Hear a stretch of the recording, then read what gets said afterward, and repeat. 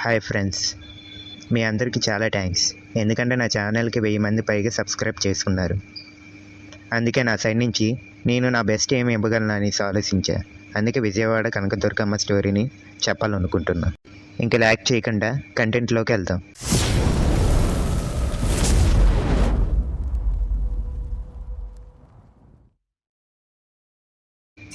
విజయవాడ అనే పేరు వినగానే అందరికీ టక్కున గుర్తొచ్చేది దుర్గామాత. దుర్గామాతను మహిషాసురమర్దిని అని కూడా అంటారు. మహిషాసురుడు అనే రాక్షసుడిని వధించగానే అమ్మవారికి ఆ పేరు వచ్చింది. అయితే ఈరోజు చెప్పుకోబోయే టాపిక్లోని కనకదుర్గ అమ్మవారి గుడిని ఎవరు నిర్మించారు, ఇంద్రకీలాద్రి ఆ పేరు ఎలా వచ్చింది? పురాణాల ప్రకారం విజయవాడ కనకదుర్గ ఆలయాన్ని అర్జునుడు నిర్మించినట్లు తెలుస్తుంది. అర్జునుడు ఇంద్రకీలాద్రిపై తపస్సు చేసి పరమేశ్వరుడి నుంచి పాశుపతి అస్త్రాన్ని పొందుతాడు. తాను చేసే యుద్ధంలో విజయం దక్కాలని పరమేశ్వరుని కోరుతాడు.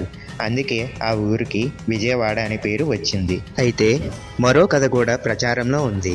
పూర్వం పల్లవ వంశస్థుడైన మాధవవర్మ అనే రాజు విజయవాడ నగరాన్ని పాలించేవాడు. అయితే రాజు కూడా తన తండ్రిలాగా నీతి, నిజాయితీ, ధర్మంగా ఉండడం వల్ల ప్రజలందరూ తనని ఇష్టపడేవారు.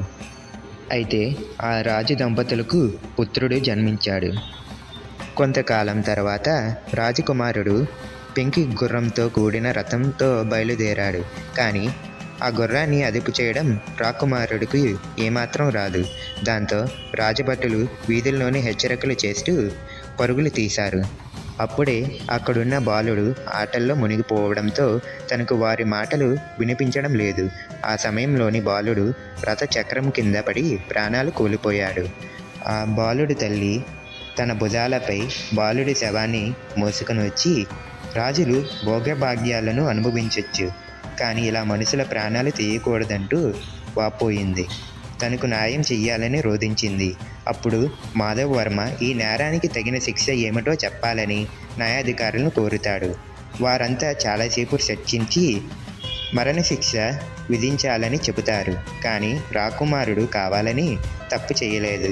ఎంత ప్రయత్నించినా గుర్రం మాత్రం తన మాట వినకుండా అటువైపు వెళ్ళిందని చెబుతారు. కాబట్టి శిక్ష తగ్గించవచ్చు మహారాజా అని చెబుతారు.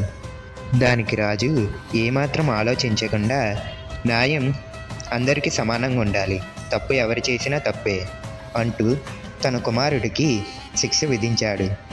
కానీ శిక్ష అయితే విధించారు, కానీ మాధవవర్మ రాజసింహాసనం దిగగానే ఒక తండ్రిలాగానే బోరున విలపిస్తాడు.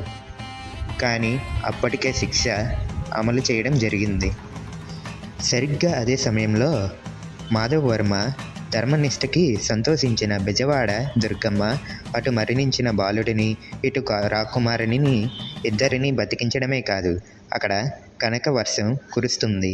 అప్పటి నుంచి ఆ దేవి కనక దుర్గమ్మగా ప్రసిద్ధి చెందింది. ఇంద్రకీలాద్రి అనే పేరు ఎలా వచ్చిందో ఇప్పుడు మనం తెలుసుకుందాం. కృతయుగానికి పూర్వం కీలుడు అనే యక్షుడు ఘోర తపస్సు చేస్తాడు. ఆ తపస్సుకు మెచ్చి అమ్మవారు ప్రత్యక్షమై ఏ వరం కావాలని అడుగుతుంది.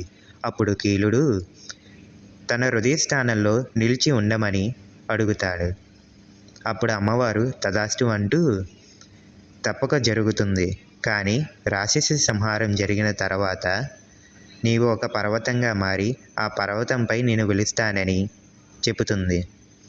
ఇచ్చిన మాట ప్రకారం అమ్మవారు మహిషాసురమర్దినిగా రాక్షస సంహారం చేసి ఇంద్రకీలాద్రి పర్వతంపై వెలుస్తుంది.